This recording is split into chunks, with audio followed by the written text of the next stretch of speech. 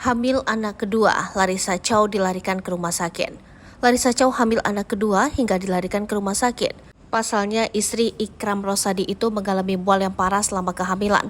Larissa Chow saat ini hamil anak Ikram Rosadi. Usia kehamilan Larissa Chow memasuki 5 minggu. Kondisi sakit tersebut diungkapkan langsung oleh Larissa Chow saat membuka tanya jawab di Instagram pribadinya. Larissa Chow mengatakan bahwa kehamilannya saat ini membuat tubuhnya sangat lemas. Ibu anak satu ini pun langsung dilarikan dan dirawat di rumah sakit. Larissa pun banyak didoakan mengandung anak perempuan lantaran mengalami mual yang sangat parah.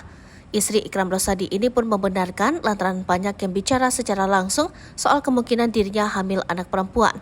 Meski mengalami mual yang parah, Larissa berusaha untuk melalui masa kehamilannya dengan baik.